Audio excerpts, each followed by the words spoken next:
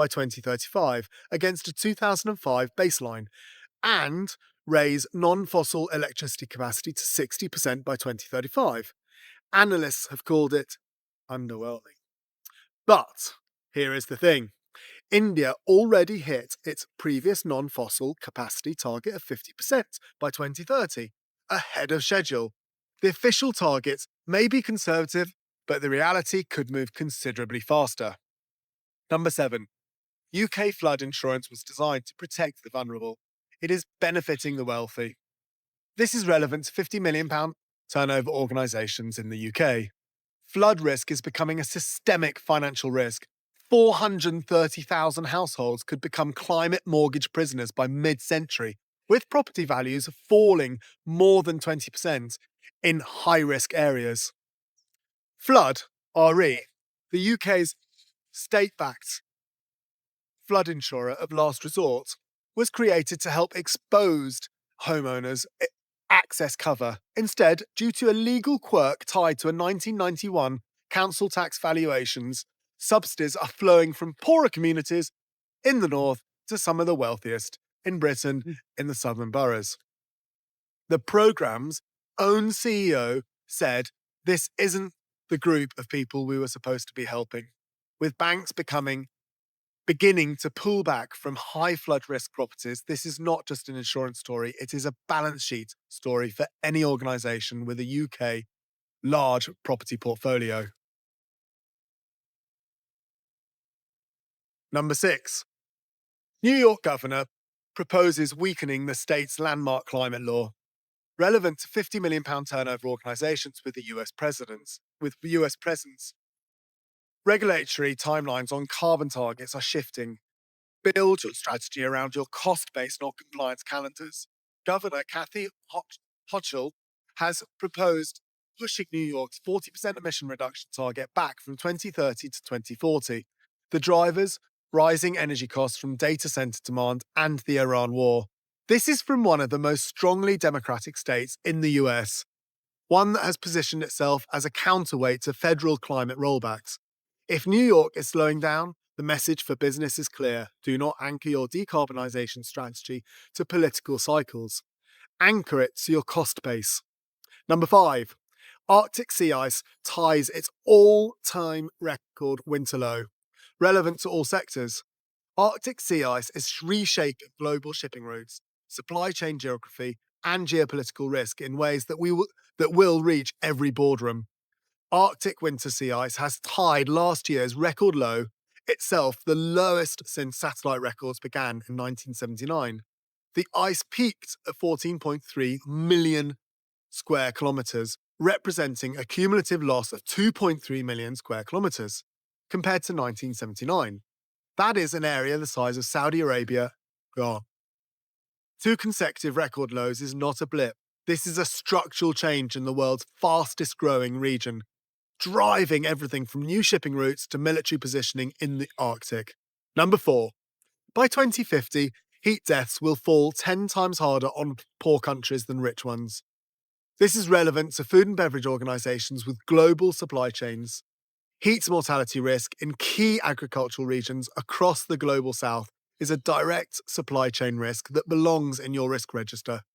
New research from Climate Impact Lab projects that by 2050, vulnerable countries could see increase in heat-related deaths equivalent to current mortality from major diseases. Countries in Africa's Sahel, Nigeria, Burkina Faso could see 60 additional deaths per 100,000 people per year, more than currently die from malaria across Africa.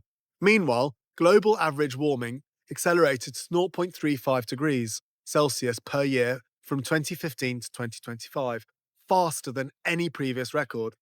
The people who contributed least to this crisis bear the greatest cost. Number 3. Long-duration battery storage just took a defining step forward. This is relevant to MMA organizations. Data centers are the infrastructure of AI, and the battery boom powering them is reshaping energy markets at a speed most businesses have not caught up with. Form Energy, maker of iron-air batteries capable of discharging for up to 100 hours, signed a 12 gigawatt hour deal with AI data center developer Crusoe, part of the Stargate project, and a separate 30 gigawatt hour deal with XL Energy for a Google data center in Minnesota. For context, global long duration storage installations totaled just 9.6 gigawatt hours last year, expected to reach 34 gigawatt hours in 2026. US battery manufacturing capacity has jumped from 7 gigawatt hours in 2023 to 70 gigawatt hours today. That is a tenfold increase in 2 years. You can hear my son behind me or behind the camera. Number two, the Iran war is silently pumping millions of tons of CO2 into the atmosphere. This is relevant to all sectors. War's carbon footprint is now measurable, and a growing ESG disclosure and supply chain risk for businesses sourcing from or operating in affected regions. Satellites have detected a sharp spike in gas flaring from Middle East oil and gas infrastructure since the war began. Qatar's Ras Laffan facility, the world's largest LNG export hub, added roughly 101,300 tons of CO2 equivalent in just 3 weeks. That is the annual emissions of more than 20,000 cars from one facility in 21 days. The UAE's Daz Island plant added 74,100 tons of CO2e in the same period. And the Israel Gaza conflict generated an estimated 33 million tons of CO2 equivalent in its first 15 months, equivalent to Ireland's entire annual carbon footprint. War is climate policy, whether we treat it as such or not. Number one, the Iran war is turbocharging the clean energy transition globally, relevant to all sectors and especially food and beverage and M&A. Energy cost volatility has become the single most powerful driver of clean energy adoption worldwide. Your carbon strategy is now your business resilience strategy. They are the same thing. This is the week's dominant story, and it is playing out on every continent simultaneously in Manila. BYD showrooms saw a month's worth of EV orders arrive in just 2 weeks in Hanoi.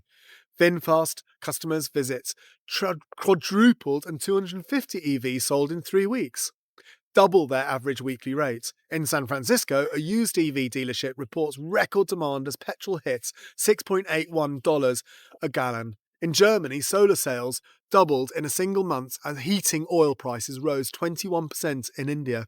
330 million households rely on LPG for cooking, and with deliveries stretching from 5 days to 25 days, Amazon saw a 30-fold increase in daily electric stove sales in 2 weeks. In Nigeria, a rush for rooftop solar is building. In the UK, Octopus Energy saw home solar inquiries jump 27% in the week the war started. Pakistan will save $6.3 billion this year by using solar instead of buying oil and gas at elevated prices. And the fact that will stay with you, Southeast Asian countries now have EV adoption rates of around 40% higher than the UK and Europe combined. The second major energy shock of the 2020s is doing what policy alone never could, making the economics of clean energy completely obvious everywhere at once. Top 3 mind-blowing environmental facts from this week. Number 1, Southeast Asian countries now have EV adoption rates of approximately 40%, officially exceeding levels in the UK and Europe, making them among the most electric-friendly regions in the world. The Israel-Gaza conflict generated an estimated 33 million tons of CO2 equivalent in just its first 15 months, matching Ireland's entire annual carbon output. And number 3, in India, just weeks after Iran war, cooking gas shortages caused Amazon to see a 30-fold increase in daily electric stove sales. The energy crisis literally changed what 330 million households are cooking with. If you want to be a part of our network, please DM me or comment below.